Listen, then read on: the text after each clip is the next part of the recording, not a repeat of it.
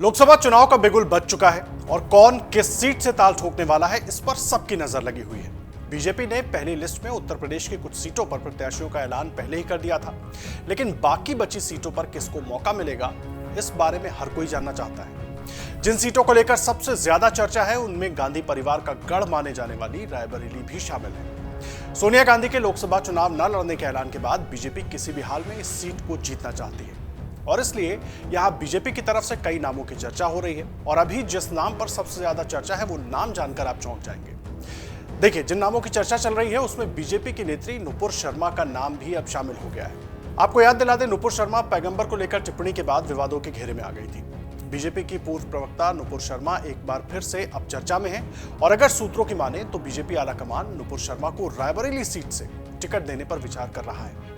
नुपुर दिल्ली की राजनीति में सक्रिय रही हैं और अरविंद केजरीवाल के खिलाफ विधानसभा का चुनाव भी लड़ चुके हैं। रायबरेली की बात करें तो रायबरेली ही कांग्रेस की एकमात्र ऐसी लोकसभा सीट है जहां 2004 से सोनिया गांधी अजेय बनी हुई हैं। हालांकि सोनिया गांधी इस बार यहां से नहीं लड़ने का ऐलान पहले ही कर चुके हैं। उनके राज्यसभा चले जाने से कांग्रेस कार्यकर्ता यहां से प्रियंका गांधी वाड्रा या राहुल गांधी को चुनावी मैदान में उतारने की मांग तो कर रहे हैं, लेकिन जिस तरह की चर्चा खुद कांग्रेस के भीतर चल रही है उसे देखते हुए आशंका यही जताई जा रही है कि शायद इस बार रायबरेली सीट पर गांधी परिवार से कोई भी चुनावी मैदान में नहीं उतरेगा और इसलिए बीजेपी इस सीट पर ऐसा दांव खेलना चाहती है जो फेल ना हो। बीजेपी रायबरेली को लेकर लगातार कांग्रेस पर सवाल भी उठा रही है और रायबरेली से सोनिया गांधी या गांधी परिवार के किसी के ना लड़ने के पीछे की वजह डर को बता रही है। सुनिए।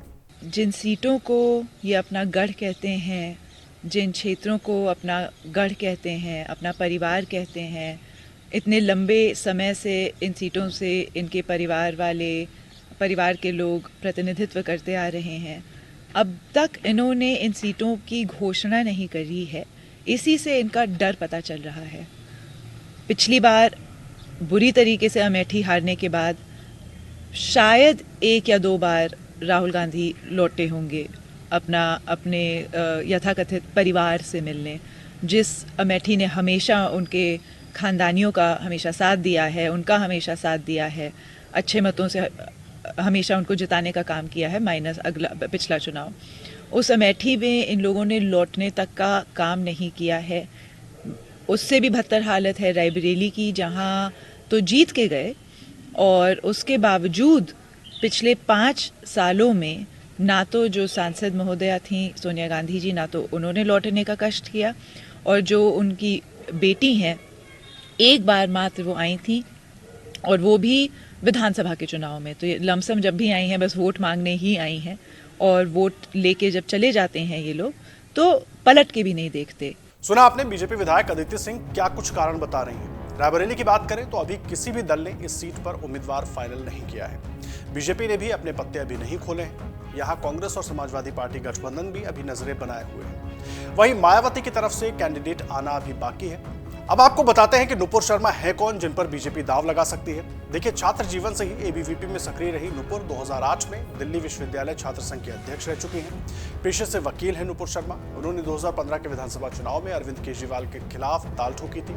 हालांकि वो 31,000 वोट के अंतर से हार गई थी।